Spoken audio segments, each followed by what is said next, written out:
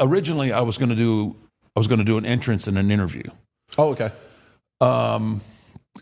And which would have been fine. Like I think they had somebody that was going to interview me, and then they just thought that would make that whole thing even bigger for her. Yeah. Just I guess the rub. 'Cause when they told me at first, I was like, I don't think so.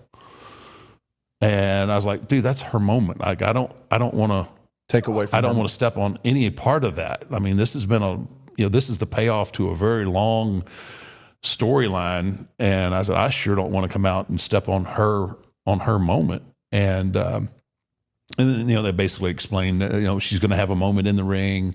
She's going to have this moment where you two will, cross paths. And I was like, okay, well now, okay, if it's like that, then now it's pretty cool. And, not that our characters are similar, but they are a little bit.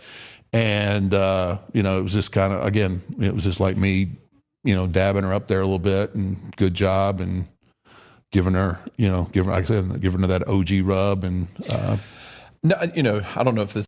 So I love The Undertaker. I just think, he clearly cares about the business so much and cares about, the people in the business. It's like he's trying not to take away from her moment. But it's funny because I think his initial thoughts on it, in some ways were accurate. I don't think he was taking away from her moment by any means. It's not what I'm saying. But I think his initial kind of reaction to it of, I don't know if this is really the best way to go about it.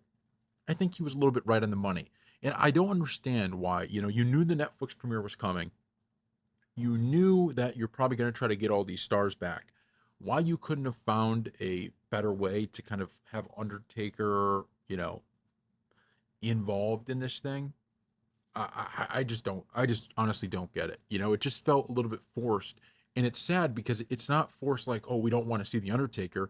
We want to see The Undertaker. We want to see him like they had it at WrestleMania, where he was so, it didn't necessarily make a ton of sense, I guess, in the storyline, right? It just was awesome to see The Undertaker. I remember laying in bed, jumping out of bed, because I was like, oh my God, this was, I was just so excited by what was happening.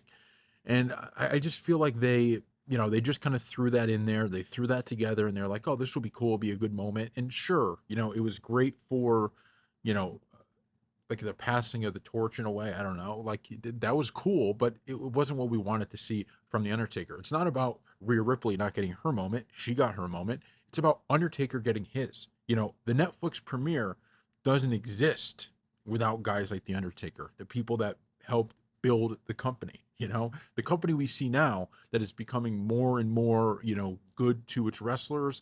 It's being able to pay them better, give them more time off. There's just so many things WWE is able to change now that didn't exist back in the day, and it's because of people like The Undertaker. It's because they went through those tough times, right? They were the ones that kind of went, we're going to go through this thing. We got it. And it's just a little bit, sad that on that Netflix premiere, they couldn't have just found a way to give Undertaker his props, right? We're not talking, I think she got all the props in the world for everything that was going on. It was really his. And you could have had him do whatever cool thing you wanted him to do and still had him come out and do this too, just give her props. But put in the comment section below what you think. Thank you all for watching.